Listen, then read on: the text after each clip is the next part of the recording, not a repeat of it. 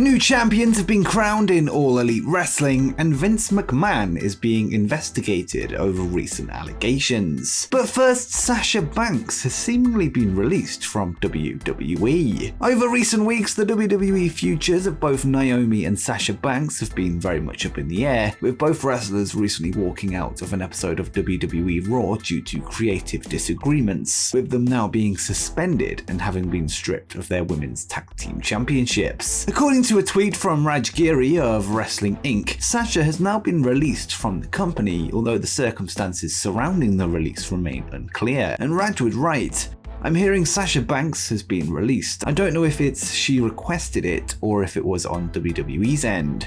According to former WWE writer Kazim Famuaid, Banks' contract was due to be up within 2 months, though this was never confirmed by any news outlets with inside sources. But if true, it seems that she's departed the company earlier than expected. Banks would recently reveal a new look following her WWE walkout, with her now rocking a brown and blonde combination rather than her signature blue hair. She also recently underwent laser eye surgery as she seemingly prepares for life after WWE. With that said, be sure to stay subscribed to the channel with notifications turned on as we bring you any further confirmation of this release, with wrestling potentially having yet another top free agent on the market. But what do you think the future holds for Sasha Banks? Let me know in the comments down below. Next up, Tony Khan has revealed details of AEW's relationship with New Japan Pro Wrestling. In just under 2 weeks' time, AEW and NJPW will co-host the Forbidden Door event, which sees talent from both companies competing against each other in a series of dream matches. In a recent interview with Comic Book, AEW President Tony Khan would reveal what it's like working with New Japan booker Gedo, with him discussing the hurdles they've faced thus far, and Khan would note, "So Gedo and I, generally anything that involves AEW and New Japan, I think we're both going to have to agree on what the matchup is and what the ideas are for the show, and in general, that's what we've been doing for over a year now, and it's worked really well. It started with AEW wrestlers going there, and I had some thoughts and ideas about what they should or shouldn't be doing. And then New Japan started sending wrestlers here later in 2021, and for over a year the Forbidden Door has gone both ways, with wrestlers coming in from both companies and out and working for each other. So it is different when we're working together like this, and it's been a great collaboration for a long time now with AEW and New Japan, and I like working with Gedo." Tony was then asked if the plan was for the Forbidden Door to become an annual show, and he responded, "Yeah, I think we are hoping that's what it'll become." Forbidden Door goes down on June 26th from Chicago, Illinois, with the show likely being main evented by the match for the interim AEW World Championship between Jon Moxley and Hiroshi Tanahashi.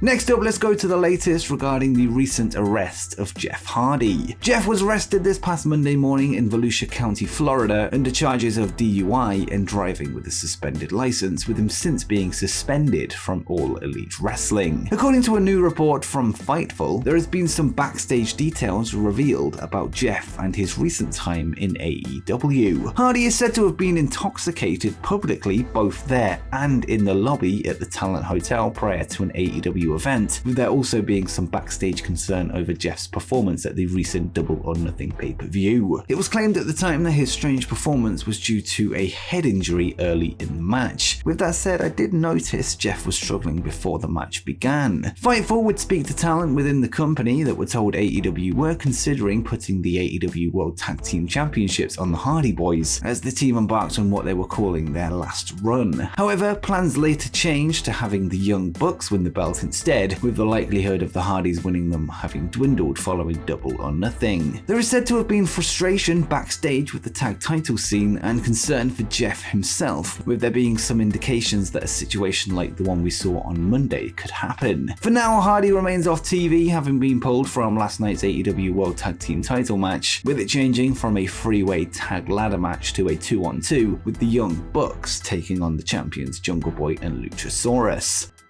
And speaking of the match, new champions have been crowned in All Elite Wrestling. As mentioned, the Young Bucks would battle the Jurassic Express for the AEW World Tag Team Championships last night on the AEW Road Rage special. In the end, the Bucks would become two-time AEW Tag Champions after Luchasaurus was thrown through a number of tables from the top of the ladder, allowing the brothers to grab the belts that hung high above the ring. This ends the former champions' 161-day reign with the titles, a run that began on the first episode of AEW Dynamite of 2022. The Young Bucks now enter their second reign with the AEW tag titles, having previously won them in November 2020 before holding them for 302 days, the longest reign in the title's history. After the match, there would be a heel turn take place as Christian Cage checked on his apparent friends Jungle Boy and Luchasaurus. Cage then turned on Jungle Boy, laying him out with a kill switch before grabbing chairs from under the ring, striking him with a concerto in the middle of the ring. It's currently unclear who the Young Bucks' first challengers will be, although FTR as well as the team of Bryan Danielson and Jon Moxley of the Blackpool Combat Club are all top contenders in the rankings. But what did you make of the ladder match last night? Let me know in the comments down below.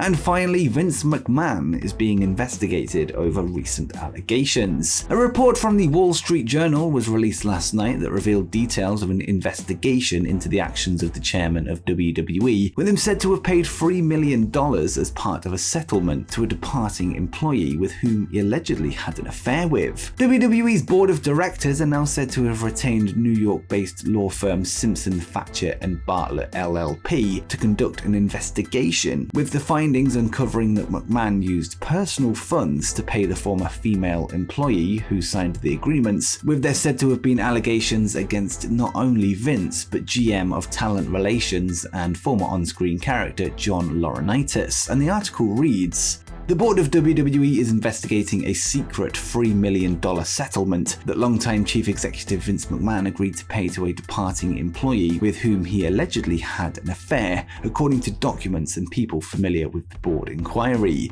The January 2022 separation agreement bars the now former employee, who was hired as a paralegal in 2019, from discussing her relationship with Mr. McMahon or disparaging him," the people said. Details of a letter from McMahon's attorney, Jerry McDevitt, were also reported, and it read, "In a letter to the Wall Street Journal, Mr. McMahon's attorney, Jerry McDevitt, said that the former paralegal hadn't made any claims of harassment against Mr. McMahon and that WWE did not pay any monies to the ex-employee on her departure." The law firm hired for the case are said to have been assessing WWE's compliance with the alleged incidents, as well as its human resource programs and company culture. The company have since released a statement to staff within WWE, which notes that they are taking the allegations seriously, with them fully cooperating with the investigation. And they would say, "The Wall Street Journal has published a report about WWE with allegations that we and our board of directors take seriously. We are cooperating fully with the independent investigation initiated by our board of directors." The Wall Street Journal would also report how WWE board members who launched the investigation learnt of the story, and they wrote, "Board members learned of the $3 million agreement in a series of anonymous emails they received from someone who said the former WWE paralegal was a friend. The first email sent to the board members on March 30th alleged that Mr. McMahon, 76 years old, initially hired the woman at a salary of $100,000, but increased it to $200,000 after beginning a sexual relationship with her. The email to the board also alleged that Mr. McMahon gave her like a toy to Mr. Laurinaitis. The board is investigating the allegations in the email, the people familiar with the inquiry said. The 12 board members of WWE includes members of the McMahon family, including Vince McMahon, who was the chairman, his daughter Stephanie McMahon, and her husband Paul Levesque, better known as Triple H, as well as WWE President Nick Khan, Manjit Singh, a former Sony Pictures home entertainment executive, who is the lead independent director and is running the inquiry, according to the report. While Stephanie did recently step down from her role as chief brand officer, Brandon Thurston of WrestleNomics has confirmed that she is still a member of the board. The details of the emails sent by the friend were revealed to the Wall Street Journal, with the report adding, "My friend was so scared she quit after Vince McMahon and lawyer Jerry McDevitt paid her millions of dollars to shut up," the initial email to the board said. There has been a ton of speculation surrounding who the woman involved in the story is, although it's clear that she is not a member of the talent roster as some have speculated, with the report adding, "The former employee, 41, had fallen on hard times before joining the company and spoke of needing extra money," said people who spoke with her while she worked at WWE. She said she had a law degree but had never taken the bar exam, telling colleagues that her career got sidetracked while she tended to a sick parent, they said. The former employee moved from the legal department in 2021 to become an assistant to Mr. Laurinaitis, according to people familiar with the inquiry. It's unclear of the effect this major story will have on the future of Vince McMahon in WWE, with many speculating that he could be forced to stand down from his role. With that said, we'll be sure to keep you updated as the story develops over the coming weeks and days. And before you go, make sure you check out the 12 most obscure WWE appearances from AEW wrestlers.